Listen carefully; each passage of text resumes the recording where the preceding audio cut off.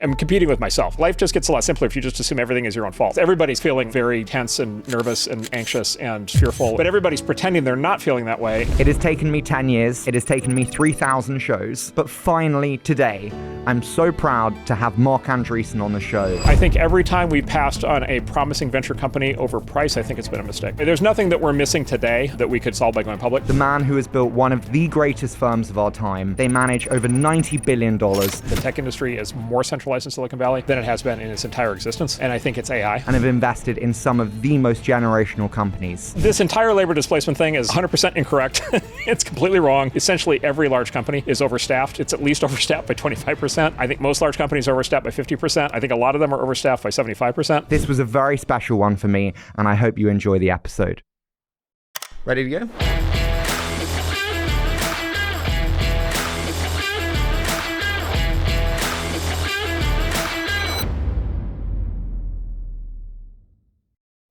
Marc, you probably don't know this, but I started this show when I was 18 years old, and you were one of 3 names that I wanted to have on the show back in 2015. I have to admit, I've ticked off the other 2, and so I'm a bit worried that I'm going to have to stop after doing this show, but I'm so touched that you agreed to join me, so thank you for joining me.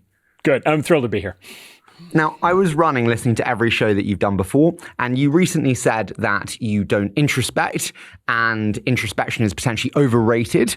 I really struggled with this because I thought we learned from mistakes, and I valued experience in that way. Can you help me understand the lack of value placed on introspection, and do we not learn from mistakes? You know, we do learn from mistakes, but the problem is learning from mistakes sometimes it's good and sometimes it's bad, right? And if you just talk business for a moment, like in the venture mindset, this is a very big problem. There's a founder version of the mistake. There's a venture version of the mistake. The founder version of the mistake is if a founder starts a company in a category and the founder doesn't work, the founder is then emotionally angry at that category for the rest of his life. And will not acknowledge when there's something that's going to work in that category. And I've just seen that like over and over and over again. And that's fine because most founders go on to do other things and that's fine and good. And it generally doesn't damage them from a business standpoint. In venture, the same thing happens. If you invest in a category, or if you invest in a kind of company, or you invest in a kind of founder, and it doesn't go well, it's extremely easy to learn from the mistake, right? And to basically say, all right, I touched that hot stove, I'm never doing it again.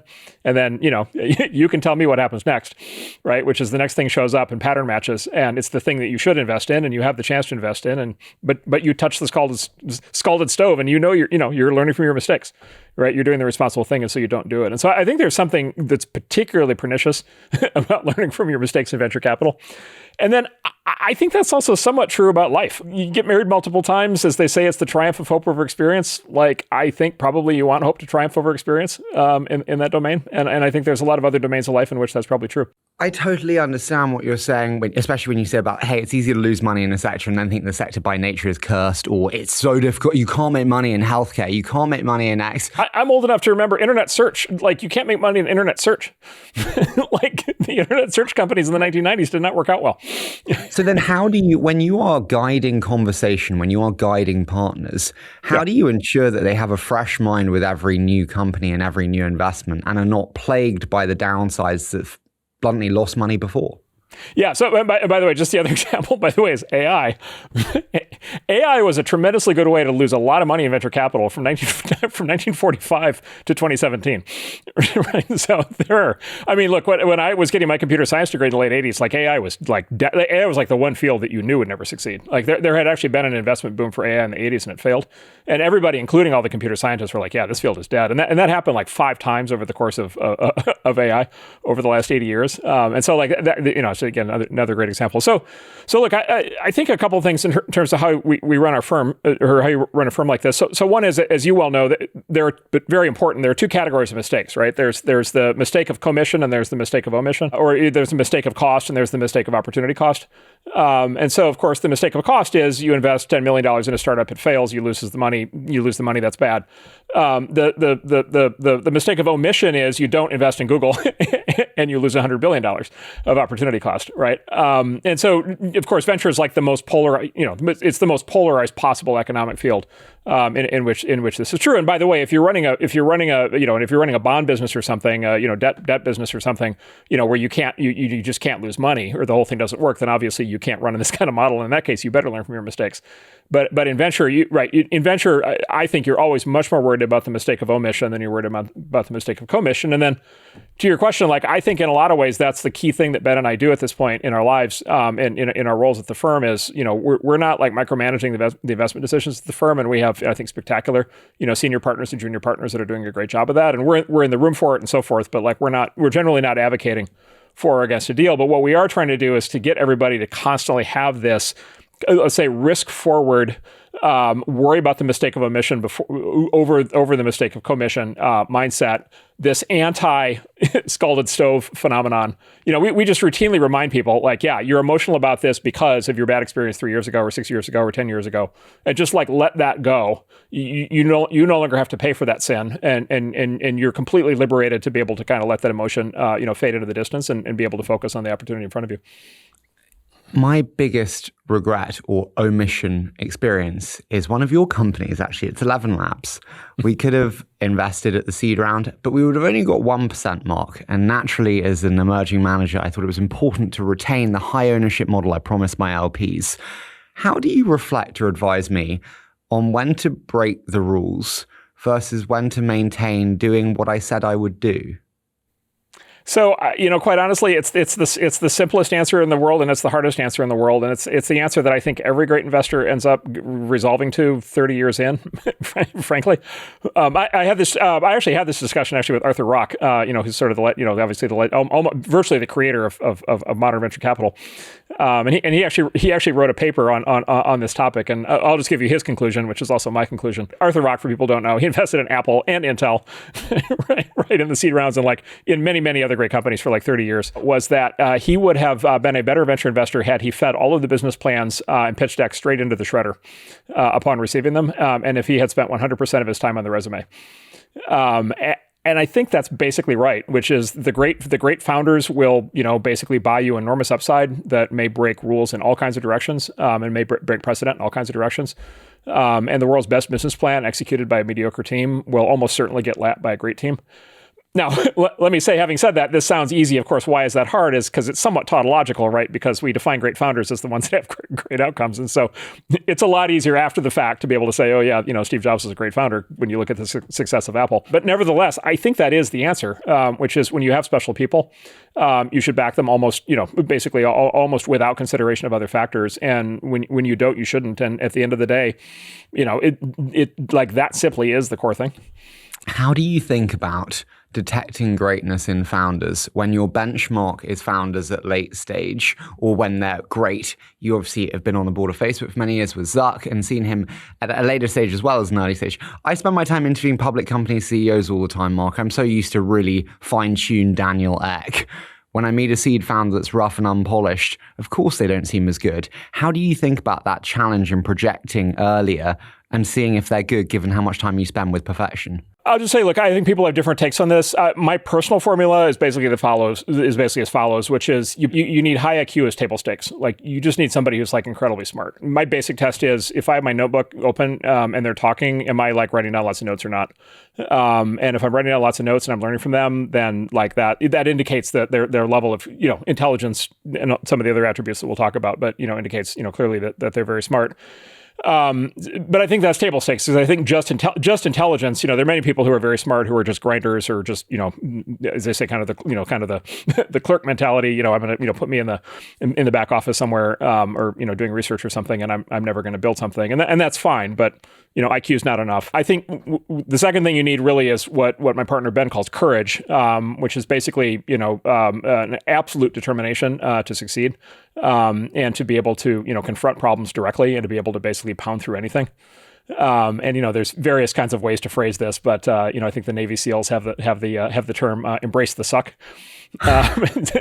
So there's, there's something to that. I always like the old Looney Tunes cartoons, and I always like to say, I want the founder who leaves a founder-shaped hole in any brick wall that he runs into, like a cartoon character.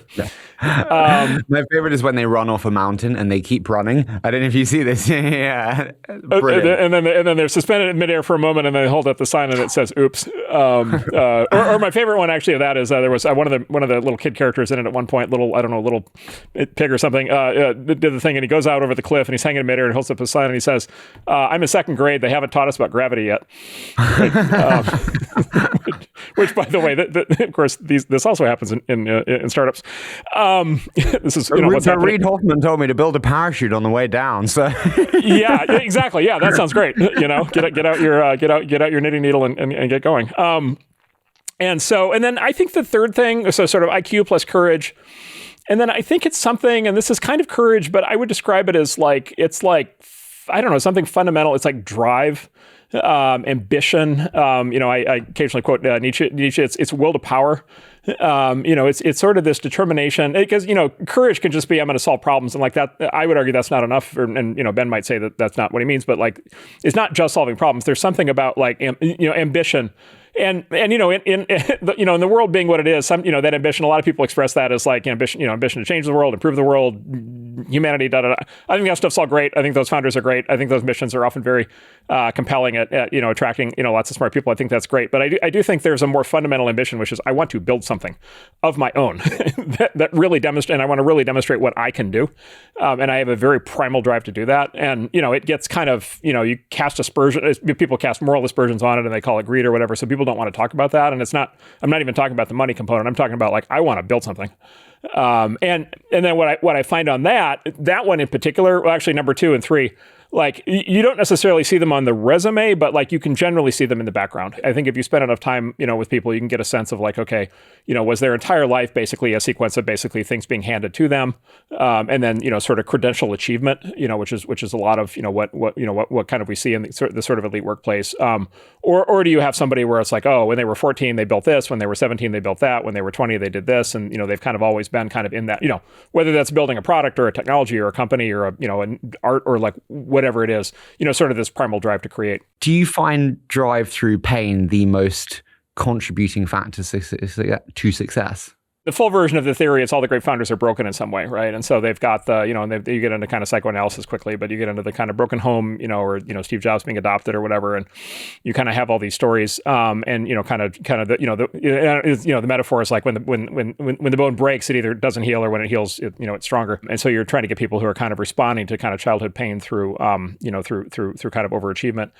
And I think there's something to that. And in particular, I think what there is to that is really important. I often talk about it of like, you need some reason to get out of bed in the morning. That's not just I have a job, or it's not just I don't want to embarrass myself, or it's not just I want to be responsible. You have to have like a primal reason when things are really, really bad, like when the shit really hits the fan, and you're just miserable, and like you dread checking your email, and you just simply like do not want to know like what the new bad news is, because there's so much bad news that you just can't even cope with what you have. Like you need a very, very, very primal reason to get out of bed and continue to fight that way. And so I think there is something about, maybe trauma in the background that explains that. Having said that, some of the best founders in history have no trace of trauma in their background that I can tell. And I'll just give you 2 examples. Zuckerberg is one who, grew up in a classic upper middle class, New Jersey household, very, very close with his parents and his family, and then, Bill Gates, his father was a lion of the, Seattle establishment, and he went to all the best, prep schools in Harvard. And, as far as I know, had a perfectly great childhood. People who knew both of those guys in their teenage years said like, these are driven guys. Right. I mean, it's very core to their origin stories. And so like you have to be open to the idea that some people are just born that way. What's your primal reason today for continuing to build Andreessen with the ferocity and ambition that you still have? Well, of course, that would require introspection. I don't know if I'm going to give you elegantly backing into it. Okay. I don't know if I'm going to give you a great answer to that. I will tell you what I tell myself. I'll tell you what I tell myself is at this point, what I tell myself is I'm competing with myself, by which to say, like, I am trying to figure out how to be the best possible version of what I can be and what I can do. And so the way I think about it basically is like, okay, how good? Did you read was it Jocko Willink's book, Extreme Ownership? Did you ever come across that? I love Jocko Willink. I also listen to his motivational talks when I go to the gym. Brilliant. 100%. And you know his thing on extreme ownership, right? Yeah. So his thing, for people who haven't heard, his thing on extreme ownership is just, and he's famous Navy SEAL commander, very, very, very accomplished guy, and the kind of guy people would happily follow in a battle or would be a great CEO or great founder, that kind of personality. And he has this thing, he says extreme ownership, and he says, look, life just gets a lot simpler if you just assume everything is your own fault. Right. And it's just like, oh, I don't know, like, whatever, this LP didn't invest or this founder didn't take my money or whatever. It's like, oh, okay, it's my fault. It's not his fault. It's my fault. Clearly, I didn't do a good enough job. Clearly, I can do better. And then it basically, his argument is it gets you kind of productively focused on improvement. And so I found that, like, put it this way, when I'm in my own head and I'm mad about somebody doing something that I don't like, the number one stress relieving thing I can do is I can say, oh, that's my fault. Right? Because then it gives me ownership of the problem, and it gives me something that I can do. And then, by the way, it also drains away resentment, right? It means that I'm not resentful and angry at somebody else, right? Because I'm just like, okay, I'll just improve myself on that. So I operate in that psychology as much as I can. I try to maintain that psychology. I do that. By the way, I recommended to Ben when that book came out. I fell in love with it, and I recommended to Ben. I said, we need to send this to all of our founders and like teach this. And he's like, Mark, you're out of your mind. Like, our founders already have the problem where they take too much they take too much of the weight of the world on themselves. they're already miserable half the time. Like, we don't need to saddle them with more of that. But I think there's something very, very powerful in that. It also has the enormous advantage of it becomes an intrinsic motivation over an extrinsic motivation, right? So it's not a motivation to put points on a board. It's not a motivation to achieve a certain net worth. It's not a motivation to, whatever, be in some league table, to win some prize, these sort of external markers. Because the problem with all the external markers of success is, are you going to get up in the morning when it really, really sucks? Like, the extrinsic motivations don't do that. And so you need something intrinsic. And for me, that's the intrinsic motivation, which is like, I know I can do this better. You said that you're competing with yourself. Do you feel you're your best version of yourself today? I think I'm my best version of myself relative to all my prior versions of myself, but I am, I'm still far short of what I would like to be. So I know of many, many areas of improvement. I guess I put it that way. Yes. What's the biggest one that you'd like to change? Oh, there's like, I don't know, there's probably like 100. I'll give you an example. I have a strength and a liability, which is I get emotional. And so the advantage of emotion is like when I commit, I deeply commit. And I fall in love with things and I become incredibly determined. And I'll kind of go, very long lengths, kind of out of a sense of emotion or love. The negative is, I will get emotional, and I've spent a lot of time, and people who know me will tell you I've spent a lot of time, trying to not, let's say, get negatively emotional in meetings. Do you care what people say about you? It's something I'm trying to work on, but I still desperately care, honestly, Mark, and it desperately upsets me when I read bad things.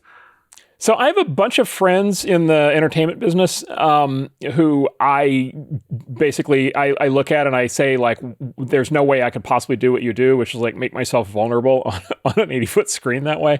And they're like, yeah, that's the hard part. And then I always ask, like, do you read your own reviews? Like, do you read what people say about you? And they all basically say this exact same thing, which is they say, I tell everybody I don't, and then of course I do.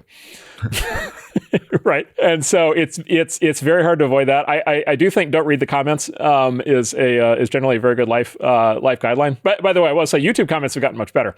So maybe your YouTube comments are productive now, but I think in general, don't read the comments is helpful. I mean, it's really hard. I mean, everybody's human. I think it's really hard when somebody like is cursing you out or calling you, saying horrible things.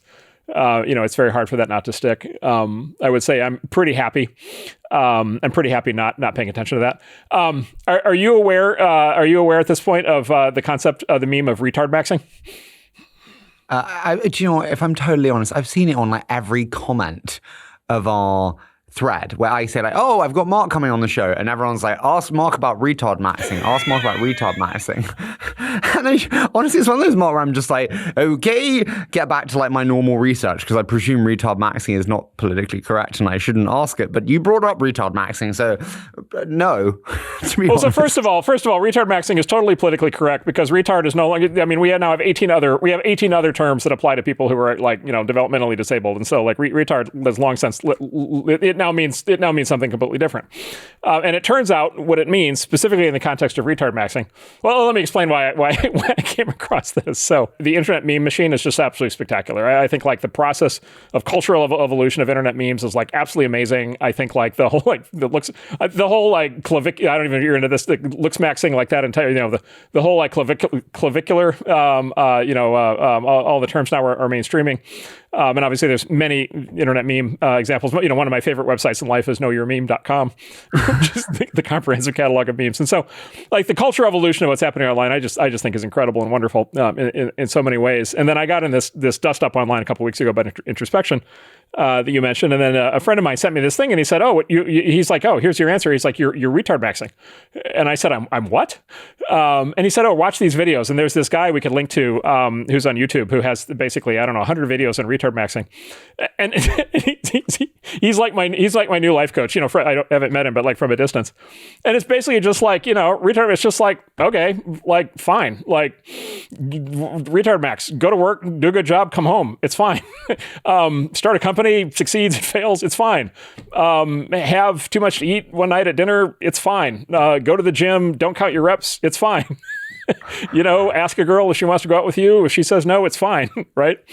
And so it's the simpler form of the extreme ownership, right? Or it's the form of it that basically I've said maybe another form of it that says I don't need to take all this in on myself. I can just let it go.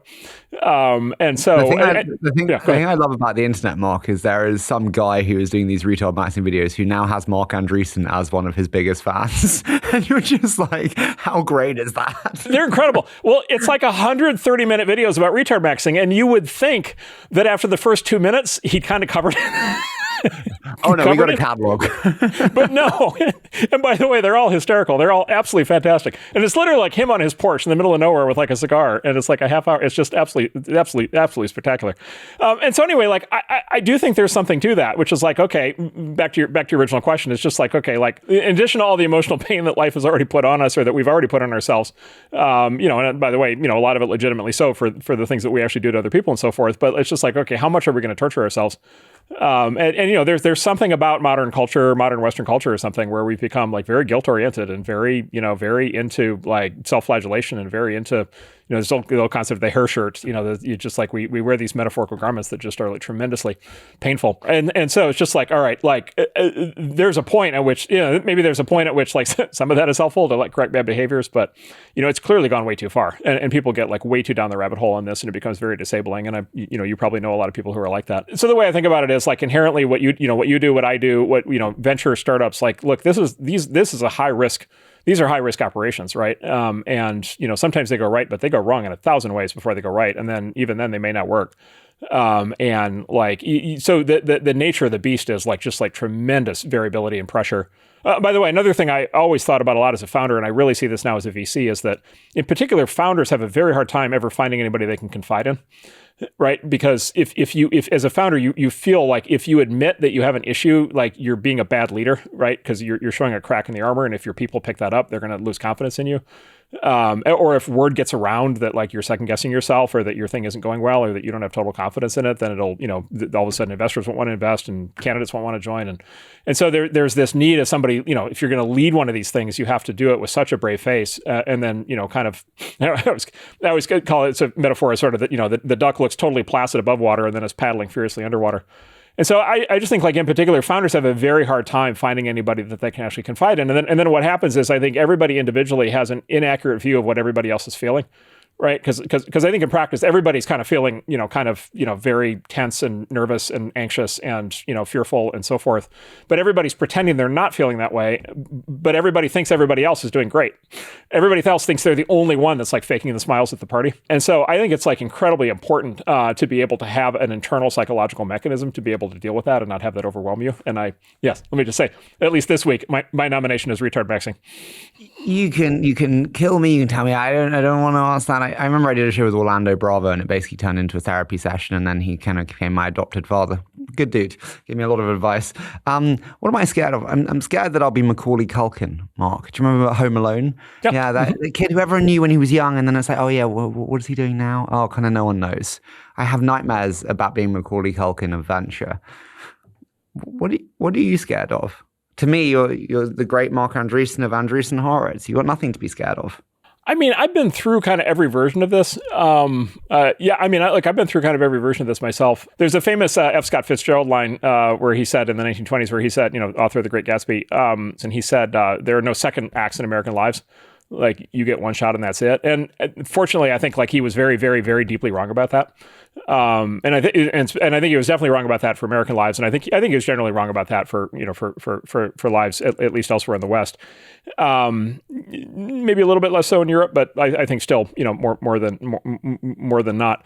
Anyway, the point being, like, look, somebody once told me there are two great stories. Oh, the glory of it, and oh, the shame of it, right? And so, oh, the glory of it is like the story of great success. Oh, the shame of it is the story of like great disaster. But then the even better version of it is, oh, the glory of it, followed by, oh, the shame of it, followed by, oh, the glory of it, right? And so the recovery. Right. And getting back up on your feet and then re-achieving and rebuilding. And so, I don't know. I think as long as you're still alive, and as long as you've conducted yourself in a way that, you haven't, brought, some sort of really some sort of fundamental like legal issue on your head or something like that. I think generally, at least in our world, I think second chances are actually available for a lot of people. And by the way, of course, a lot of the great success stories have this in their background, as you know, right? Including Steve Jobs himself. Of course. You mentioned the nature of the beast there being our business. I've been a student of the business, hence reading so much of your writing for years. When we look forward,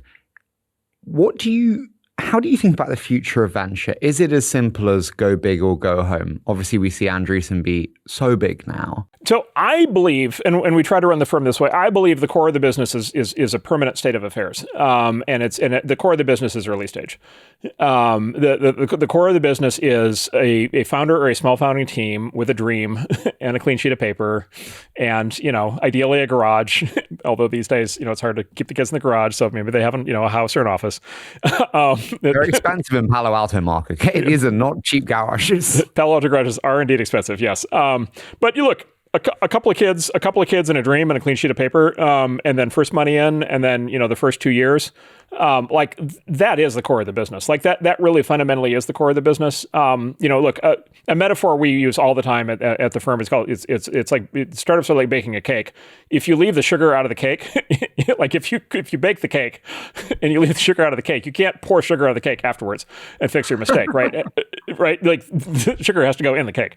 And so that first 2 years is when you're baking the cake. Like that first 2 years when you're really figuring out what the formula is of what you're doing and what the product is and what the company is and what the business is and what the culture is and who the team is, like those decisions are like absolutely fundamental. And if you get those right as a founder, like the payoff from that will go for decades. And if you get those wrong, like even if your company succeeds, you're going to live with those sins forever.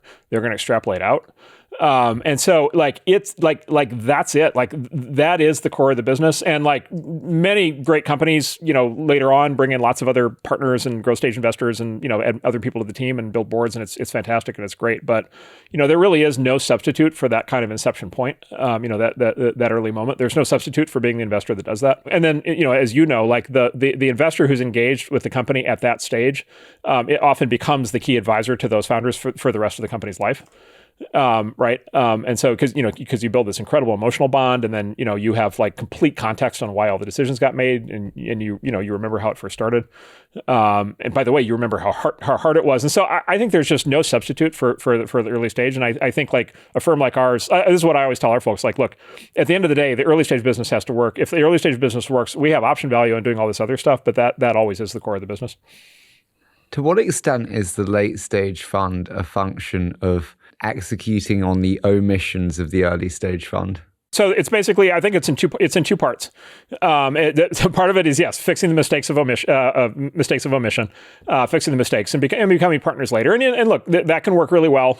Those can be very good investments, and we do get very close to some of those founders, but again, it's not, they always at that point have somebody early on who they're very close to. So, we do see the difference there.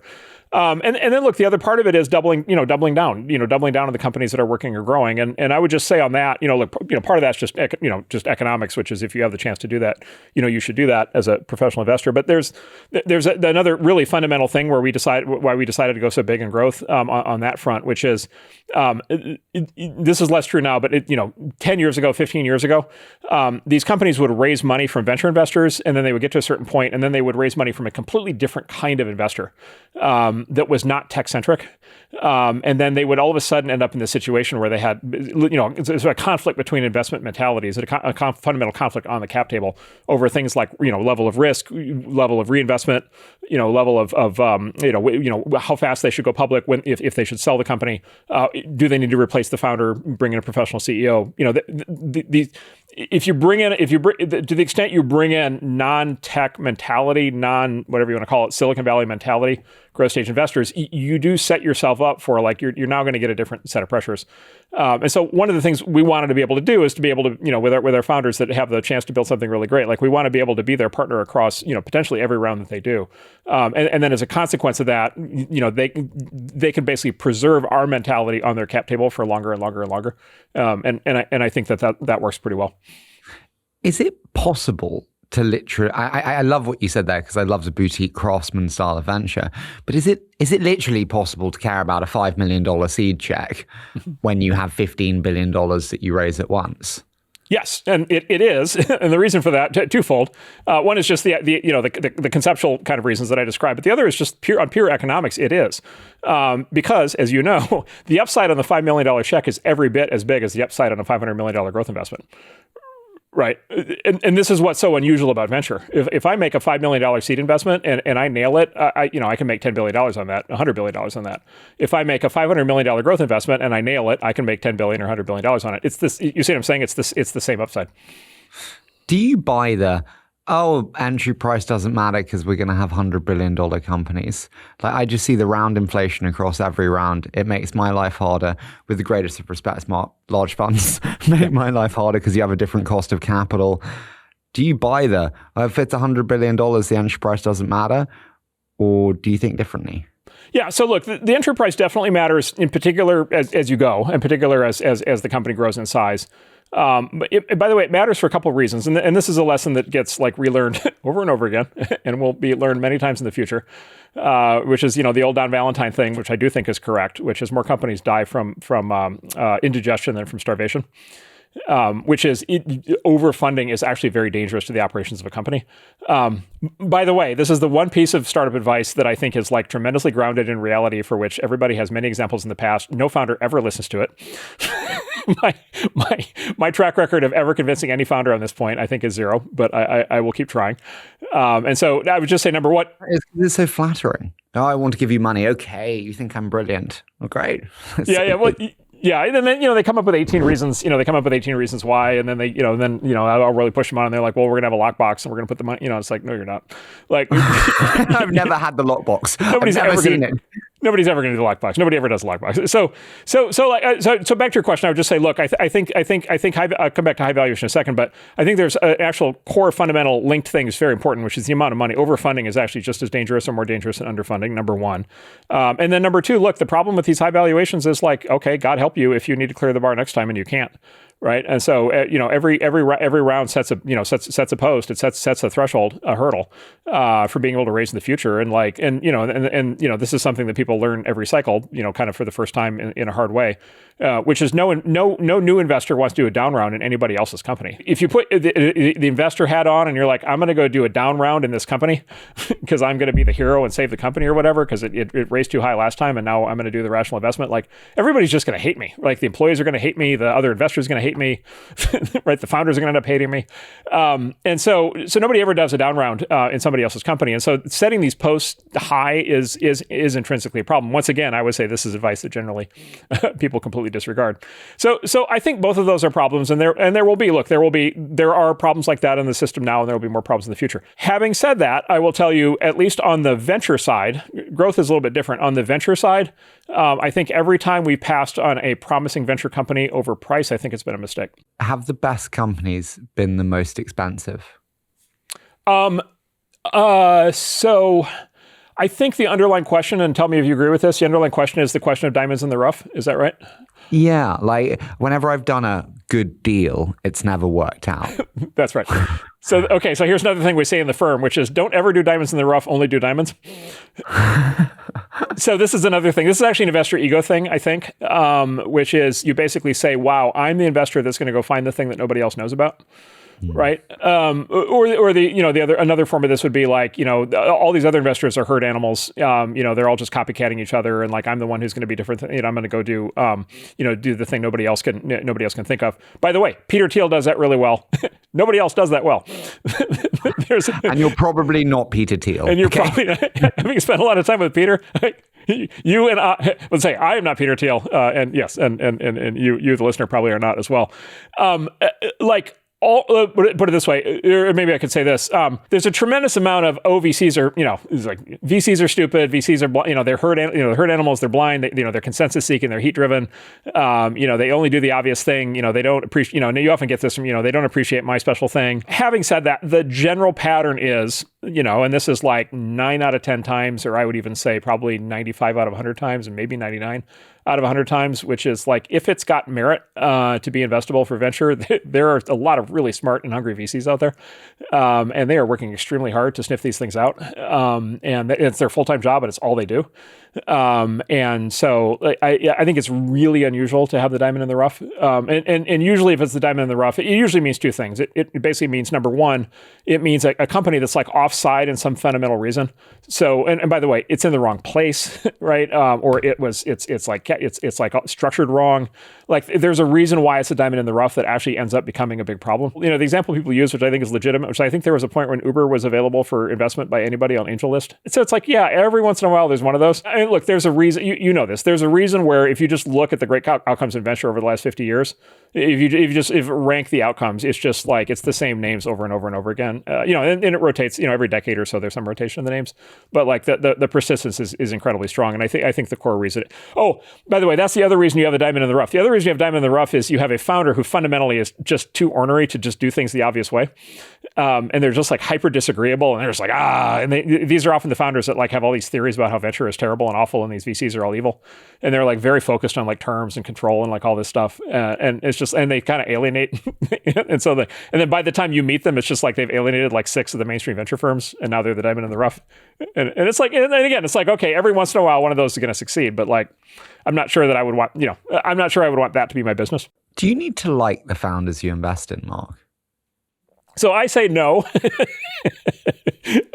Opinions vary. I said earlier, I'm emotional both in good and bad ways. Like you do end up getting very close to people, and you do end up wanting to have a high level of trust. And it certainly helps if you like each other and trust each other and so forth. But like, I would just say on the other hand, like some of the best founders in history, and look, I give you example after example in the distant past, they were not very likable people. And a lot of, by the way, the same thing is true of many of the great artists, many of the great filmmakers, many of the great, literary geniuses, many of the great philosophers, many of the great, by the way, political leaders, these people, but CEO, there's a lot of cases where these people are like not likable. And so I say no, you don't, because I think like if you're trying to fulfill your personal emotional needs at work, like I think that's a very fundamental problem, and you shouldn't try to do that.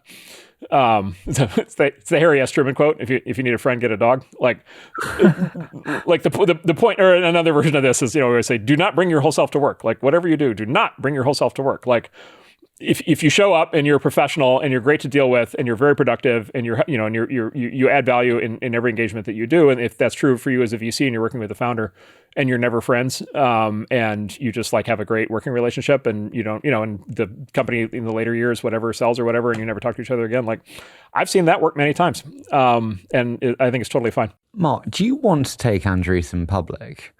It's the question that came up time and time again. But when you look at the machine that's been built, would you like to take it public?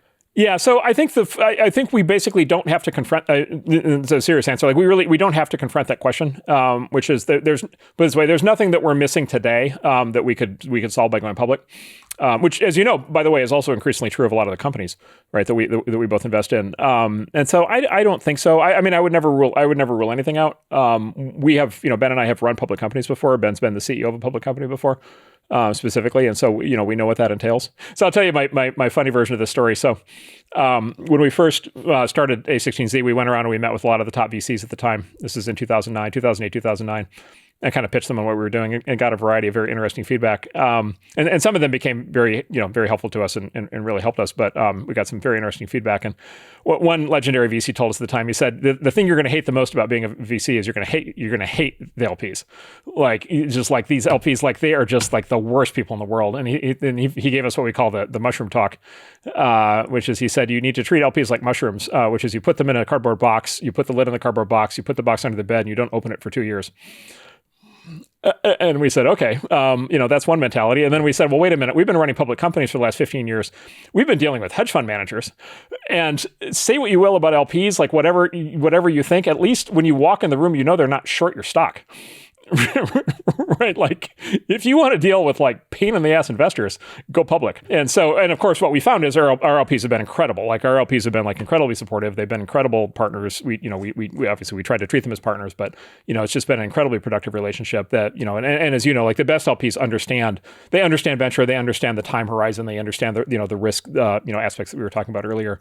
And they've given us license to do a tremendous number of things, that have been very risky, of which, some have worked and some haven't. And so it's been an incredibly productive partnership. And so I just go all through that to say, like, I can imagine venture firms going public. I think you'd have to have a real theory on the value that you would get, and you would have to really sign up for what it really takes to run a public company these days, which I would just say, like, public company CEOs have a very hard job. If you were a betting man, which I guess you might be, who would go public first, Andreessen or General Catalyst? That's a good question. I haven't actually talked to Hemant about that. He is certainly, he's certainly building a firm that could go public. I don't know whether he would or not. How big a check do you have to write as an LP to get in a meeting with Marc Andreessen? Oh, I would shunt that question to my head of IR. Fair enough. It was a press. I was just intrigued. I will say this. It's actually I think the same answer as your seed as your question of what you care about the $5 million investment. There are certain LPs that are really, really smart, and then specifically there are certain LPs that are very influential in the LP community, and they are not necessarily the same LPs as the ones who write the biggest check. And so I should say that probably shouldn't get a name. But there are certain LPs where I would 100% meet with them independent of check size, and those are the really great ones. What product do you not have in the Andreessen suite today that you would most like to have? You mean investment product? You mean investment strategy? Yeah. So the two that we've kicked around for a long time are public equity on the one hand and then credit on the other hand. And I think there's really good reasons to do both. And then there's issues with both in terms of issues specifically with respect to doing them inside a venture firm. And so we've never kind of hit the catalyst moment where we've pulled the trigger on either one. But those would probably be the two nominations. If I were asking you about diamonds in the rough, one of which you mentioned earlier, I would say that, well, I'm in Europe, and so location can help you find diamonds in the rough. Do you think you have to be in San Francisco today or Silicon Valley today if you're building an AI company? Yeah. So let me start by saying I wish that we could decentralize tech. I come across as a Silicon Valley partisan a lot and a Northern California partisan. I should, by the way, note I didn't grow up here. I'm an immigrant. I'm internal in the U.S. immigrant to California. By the way, I haven't left. which is You haven't gone to Miami? I got lots like, why has he moved to Miami? I'm like, has he moved to Miami? My research tells me no, but fuck, okay, maybe he's done a Sergey. No, I'm a California. I'm very dug into California. And so like, look, I am very keenly, I am not a Silicon Valley partisan in the sense of like, I think everything should be in Silicon Valley, or I think it'd be good if everything was in Silicon Valley. Like, I don't believe that. And I am a very, very keen, I would say, student of all the issues in Silicon Valley. And I could spend a long time taking you through them. You probably know them all already. But like Silicon Valley has real issues as a place, including, by the way, just like practical issues, cost of living, cost of housing, the cost of transportation, commutes, like, and then when you get into politics, and it's a whole other kind of parade of horribles. And so like there are a lot of issues. And then, look, San Francisco proper, there are a lot of issues. Like it's a city that 100% does not want to grow. It's a city for which like the voters on average do not want business to be there. It's a city that's, has real issues for, quality of life, and so forth. And so like I would love to see the industry spread throughout the US and then spread throughout the world. I would love to see that. I was very optimistic about that happening in 2020, 2021. I thought, COVID was obviously horrible, but the sudden phenomenon of video conferencing, and then Slack and then virtual workplace and, all the hybrid and all these new methods, management methods and technologies that were brought to bear to help companies, decentralize and run from home. I was blown away in 2020 that like the banking system didn't collapse, the stock market didn't collapse, that it turned out you could just like put all these companies online and they could just keep running. The Valley didn't collapse. In fact, a lot of Valley companies grew a lot. And so I was very enthusiastic between 2020 and let's say 2023 that we had cracked the code on how to finally get away from the geographic constraints of Silicon Valley. I think in the last 2 years, I think that process has like whiplash reversed in an incredible way. And I think the tech industry is more centralized in Silicon Valley than it has been in its entire existence. And I think it's AI very specifically. And I think, something very close to 100% of the quality AI companies are in California, and specifically in a 20-mile radius of where I'm sitting right now. There are exceptions, and 11 Labs, of course, is one of the big exceptions, and Black Forest Labs, and we have a whole bunch that we're very proud of. Mistral, there are definitely exceptions, but like, man, if you look at just like the value creation numbers, and if you look at the talent base, and if you look at the flow of where people are going, it for better or for worse, it's in Northern California, and so I just think in practice this region is going to be more central than it's been. In the next decade, it'll be more central than it's been in the last 50 years. You mentioned the multitude of problems that are in the Valley and kind of California more generally. When you look at the state of play in the US today, are you more optimistic today, or are you less optimistic today? I'm a lot more optimistic than I was 2 years ago, and I'm a lot less optimistic than I was 20 years ago. There is something magical in the American, I don't know what you want to call it, gestalt, character, psyche. There's something in, and look, quite honestly, a lot of it is the inflow of people from all over the world. And a lot of that is the great Europeans who have moved here, over the last, 400 years. Right. There's something about having a country that is this big, and this powerful and this, kind of, let's say, lucky and blessed in its geographics, and its natural resources and size and scale and all the rest of it, that nevertheless is like incredibly dynamic and has like risk taking at the core of its DNA, and a willingness and a history of like throwing the harpoon at like really big bets in extremely aggressive ways. And there's just something amazing about that. And, you always kind of worry, or at least I always kind of worry that that's diminishing, and kind of, there's this term managerialism, I use a lot, but you always kind of worry that everything's just becoming managerial, everything's becoming bureaucratic, everything's becoming stale. And there's certainly, lots of aspects of the US in which that's true. But having said that, it's like when the new thing like appears, like there's something in the American gestalt that like jumps at it like crazy, like throws the harpoon unbelievably hard. And it's exactly what we're seeing in AI right now, right? Like the level, I mean, it's actually a thing that's, I think, even really under discussed. The level of enthusiasm, capital concentration, the level of determination on the part. I'm sure Elon's Terafab presentation the other night, right? It's just like you watch that thing, my jaw's on the floor, right? I'm just like, I cannot believe look, I spend all day with like these incredibly like competent, capable people with all these great ambitions, and I get to work with Elon, on some things. But I watch that thing and I just like my jaw's on the floor at the scope of the ambition. And the honest truth is, Elon would say there's only one place in the world where that could be achieved, that could be accomplished and achieved. It's here. There's only one place in the world where Elon would be able to do what Elon has done over the course of the last 30 years. Thank God that he, came here to do it. Like, oh my God, like that's amazing. What the AI companies are doing, the big AI labs, I think is absolutely amazing. What NVIDIA is doing is absolutely amazing. And so there's just something to that. By the way, I understand why a lot of other parts of the world don't want that. I would say, young Mark would be like, this is crazy. Why doesn't everybody see this? Why doesn't everybody do this? Obviously, it's not all pure upside. Like there is part of the American character, I think, is rougher, right? Than a lot of other countries, a lot of other cultures. And so that, there are definitely pros and cons to it. Do you worry about the inequality that we're seeing in terms of wealth inequality? To me, it feels like it's greater than it's ever been. And I think we're seeing wealth created in technology larger than it's ever been, obviously. Do you worry about that wealth inequality? Yeah. So to start with, it's definitely not greater than it's ever been. And we know that because we know history. And we know the natural mode of history for thousands of years was like, there's a strong man, like, and we call him the king or the prince, right? Or the whatever tribal leader. And like, he has all the stuff. And then there are the serfs. And then they just like work the fields and they don't have any stuff, right? And then, God forbid, typically in human history, then they're the slaves and they also don't have any stuff, right? Or any rights. And so I would say the long run state of human history has been like a much greater, more profound level of inequality than anything under capitalism. And so number one, I would challenge the premise of the question.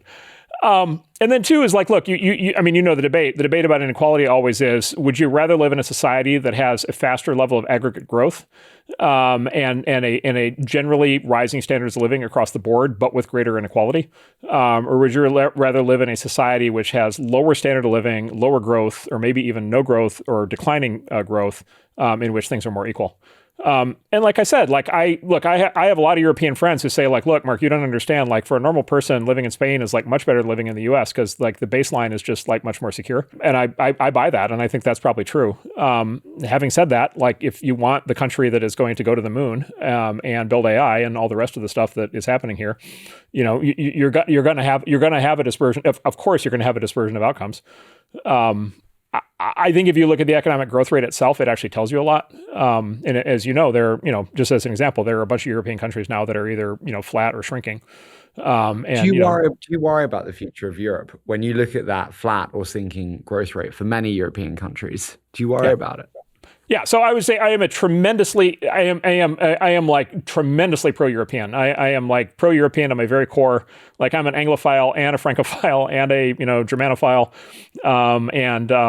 like I love all these countries. I love all these people. I think it's absolutely every country in Europe I think has made like fundamental contributions to civilization. I think the human capital in Europe is just like absolutely amazing. You'll hate what I'm about to say, but one of my things in the firm is I say we should back every single European founder who moves to the US. Like we should just reflexively say yes. Because I 100% agree with that. I think the data would agree with that too. Yeah, exactly. And right, that's a combination of two things, right? That's a combination of the raw level of talent. And by the way, the great education system and like everything else that goes with that, which Europe has a lot, and then coupled with, again, if the move to the U.S. indicates a willingness to seek risk, right, and throw things up in the air, to go after a greater level of achievement. And so, but anyway, like I 100%, I would love to see Europe flourish. I would love to see Europe be a full scale, like every bit as dynamic and exciting as the U.S. is on all these fronts. I would love to see AI in Europe be a huge thing. I would love to see London. I mean, God willing, we'll have elements of that, but I would love to see, obviously London has already played a key role with DeepMind, and, 11 Labs is heavily based there now. But, if I were to make you head of the EU, Mark, what would you change about Europe? You can change anything. It's a magic wand to incite growth and ambition in a way that would allow us to seek new levels of achievement. So I honestly think I have had this conversation many times. So I've over the course of 30 years been visited by lots of heads of state, senior officials, people working on different kinds of commissions studying this kind of thing, and so forth. And basically the conversation's always the same. I don't know, good news or bad news, the conversation is always the same. Which is we really want a Silicon Valley, kind of phenomenon in location X. And then I say, well, okay, then do A, B, C, D, E, F. Here are the things that you do to do it. And then they say, well, what if we can't do those things? Right. And it's that same combination. It's that same conversation. We couldn't do that. No. That's no. Yeah, clearly we can't do those things, but there must be some other set of things we can do. Do you have an option B? Exactly. Well, and this is the thing: is you and I think every one of our listeners can fill in exactly what A, B, C, D, E, F are. By the way, as you know, Mario Draghi just did this, right? He just wrote the Draghi report 2 years ago. He just did this. He just studied the issue. Everything's in that. Just read that report and do those things, right? And you'll notice what's not happening is any of those things. When you think about all the people that you've met who have been heads of state or in positions of political power, which one were you most compelled to feel you wanted to invest with, work with? You'd want to work with them. So I will say, in the last 5, I was just say this, in the last 5 years, it's the heads of, I would say in particular, UAE, Saudi, Qatar, Kuwait. There is something really special happening in those countries. I find there's a lot of very talented people, politicians, European politicians, heads of state, former heads of state, where when you get them in private, they know everything. They know what needs to be done. You just pick a topic and they know it. Again, it's almost like the policy discussions have been had so many times that we kind of know all the answers already. It's just we either like or we don't like the answers and specifically, right? Of course, we like or don't like the consequences of the answers. We don't like the trade-offs. But sure. I think there's a lot of people who know. I think there's a lot of people who know, okay, there is a formula. There are a set of things to be done, and it could be on this question of having a tech industry, or it could be on some other pressing issue, fiscal whatever the issue is, and they kind of know what it is, and then they kind of explain, here's why we can't do that, and then they kind of go back, and then they kind of go out in public, and they kind of half pretend that they don't know what the answer is, and so I don't know whether they view that as encouraging or I guess the encouraging thing is I think the intelligence level is probably higher than it looks. The discouraging thing is the courage part of it is probably not quite there. And then they get unelected, and then the cycle starts again.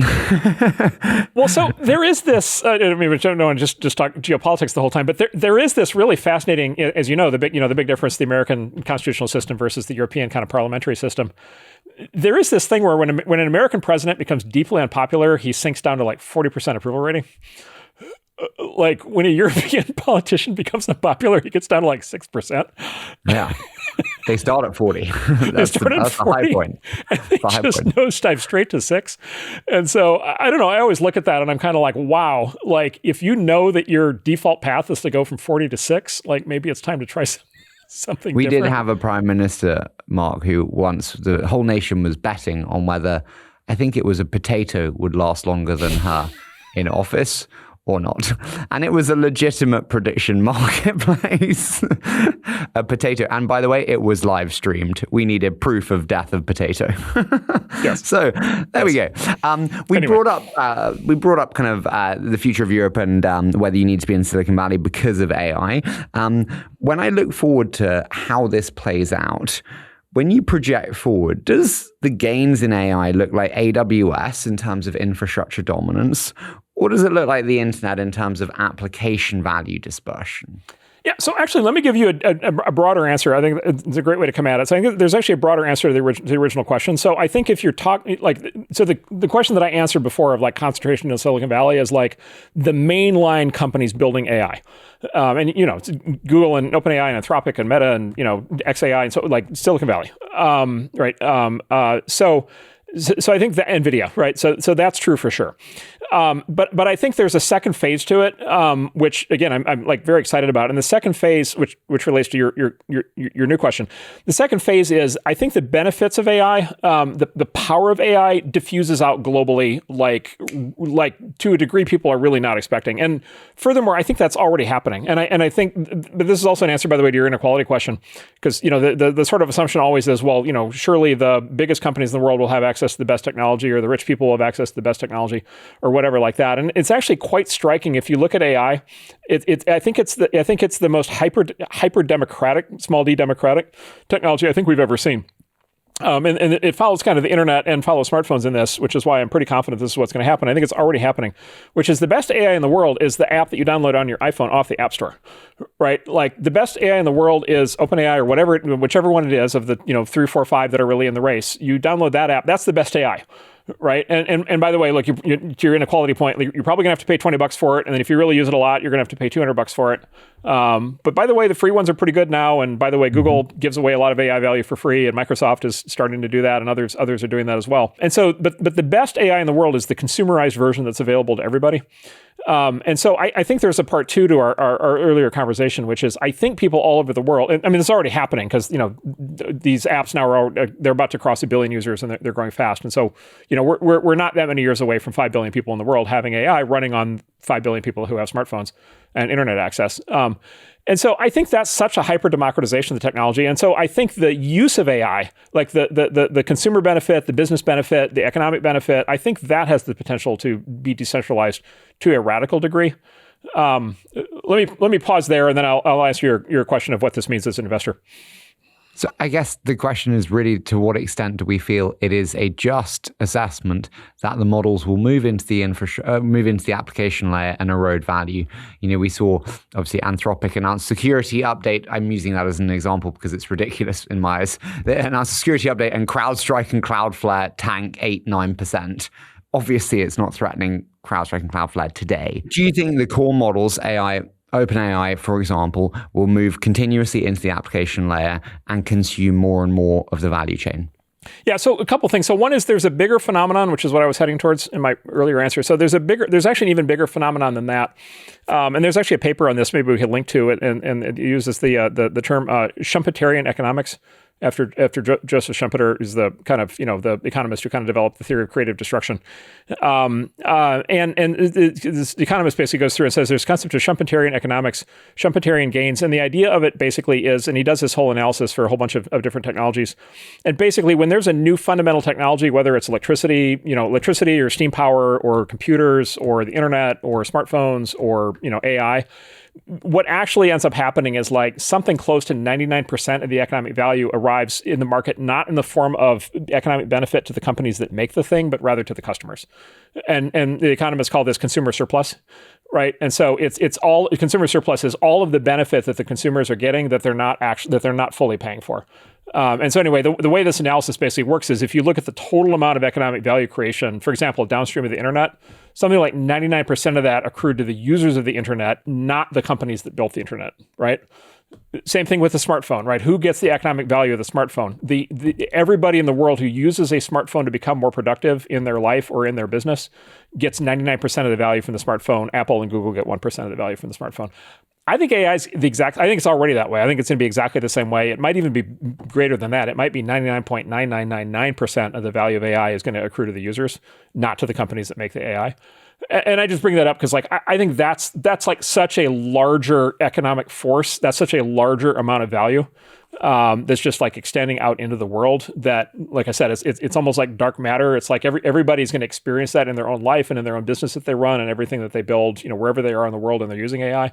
And and nobody's ever going to really like tally that up or get credit for it. But if you do the analysis, it's going to turn out where that's like overwhelming where the gains are. So as a consequence, and your question is basically a question of then fighting for like the 1% that stays captured, kind of in the AI industry itself, which is a very important question. And of course, is central to what we... Well, I guess that actually the question is, does that whole economic theory change when we believe that we will see the labor being eaten, when actually software spend is no longer software spend, it moves into human labor spend, in which case the TAMs explode and we have bigger companies than we could ever have, but a Harvey of the world actually eats a large part of legal work and junior lawyers. My girlfriend's a junior lawyer, so don't kill me, but you're gone. Does the TAM explode, and how do we feel about that? Yeah, so you have friends, I'm sure, who were great coders before AI and are now using AI for coding. Mm-hmm. What's the thing that they all report? They're far more productive. They couldn't live without it. And are they working more or fewer hours than before? More. More. Yeah. So this entire labor displacement thing is 100% incorrect. It's completely wrong. It's classic zero-sum economics. It's the lump of labor fallacy. It happens over and over and over again. It's always been wrong. It's going to be wrong again. Do you even believe it for mediocre people? And I know that sounds very judgmental and horrible, but most social media managers, Mark, are crap. Okay, I'm getting in trouble for this, not you. They're crap. If you get a social media tool that is AI driven and can replace an average social media manager for AT&T, surely you'd do it. I don't say this to be insulting, but it's the classic Marxist analysis, right? Which is there's a certain amount of work to be done, and either the machines do it or the humans do it. And so, surely those jobs go away.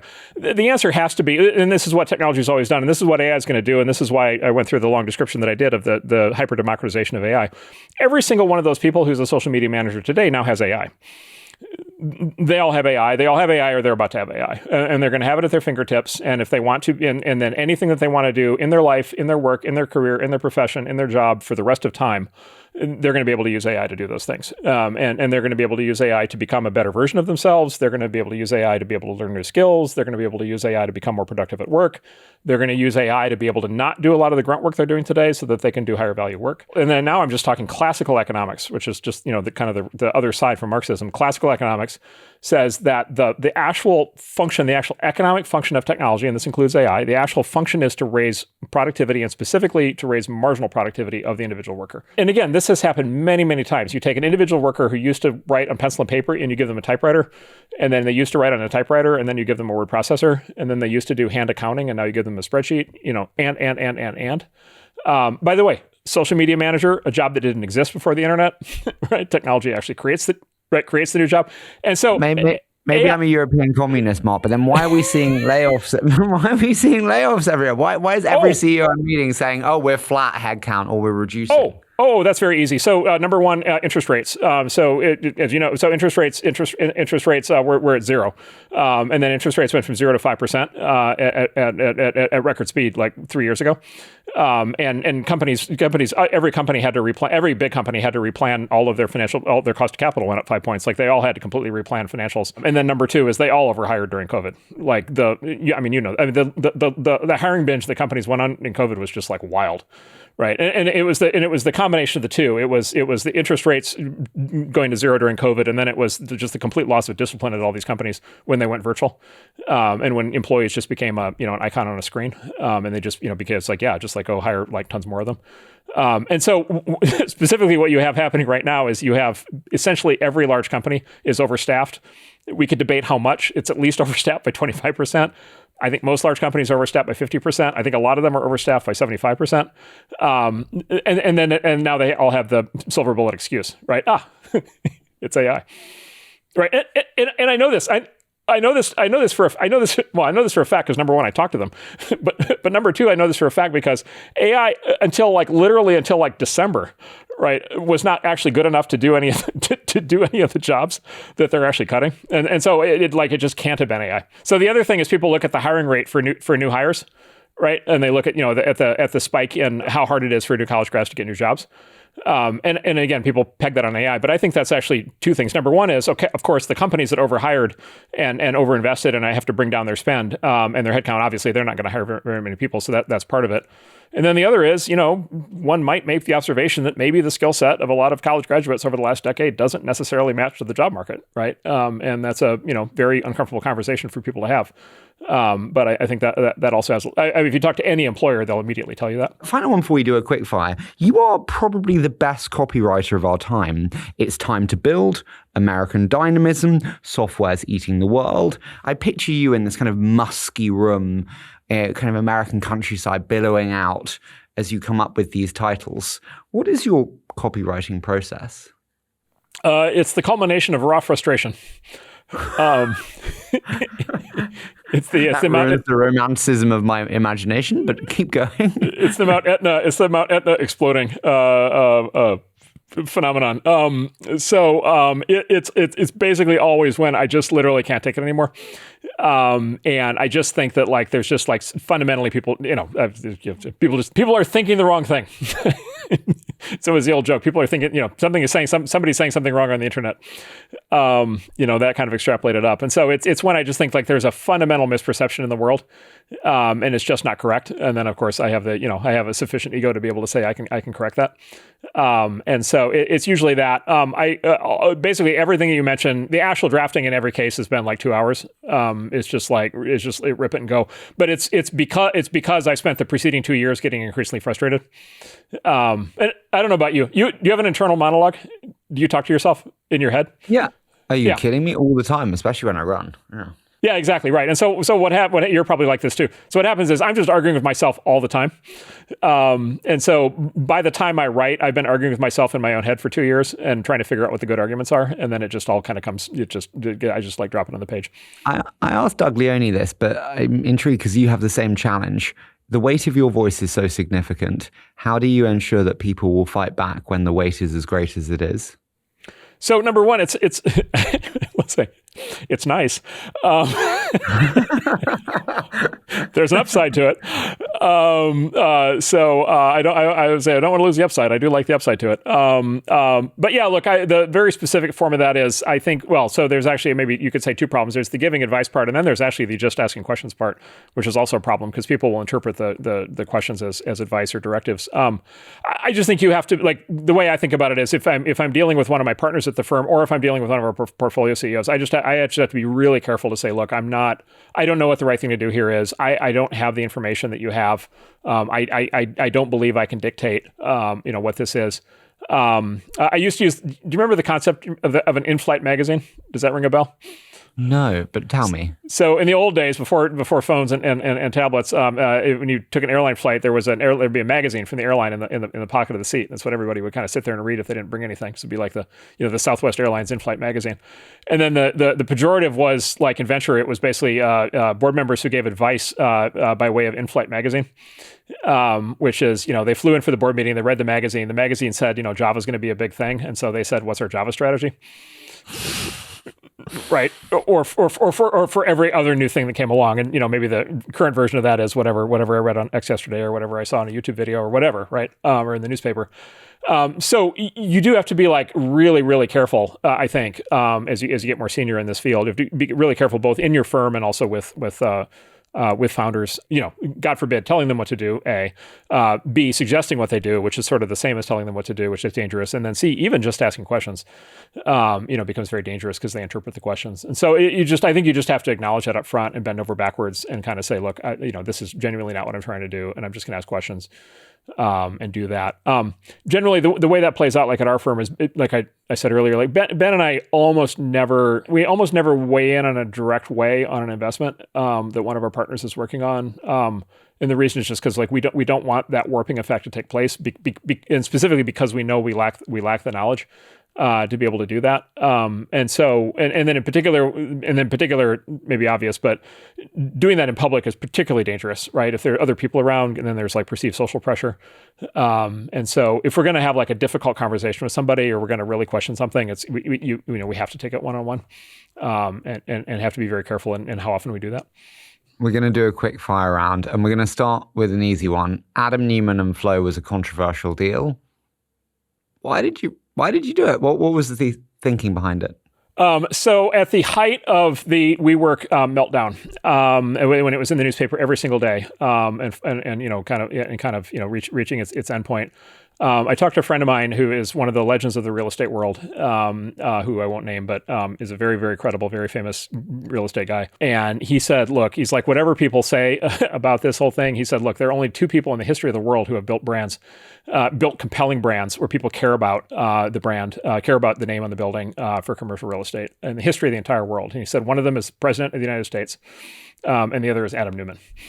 And so he said, people need to understand, like, yeah, this is not like whatever this one's going sideways now, but like this guy is like a generational or all-time talent in that industry, at doing that. And of course, not just the brand, but like the value proposition, like the thing that's underneath that.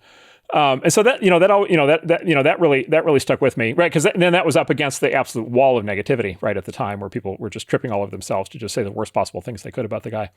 And then we got to know him after that. And, as you know, like became, thoroughly convinced or reinforced our view that he was a generational talent. And I think, we feel very strongly that is the case. And we're very happy with that investment.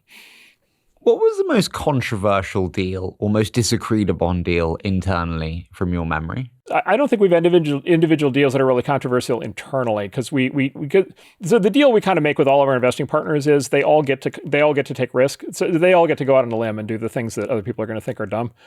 And so they don't generally like backbite each other on that.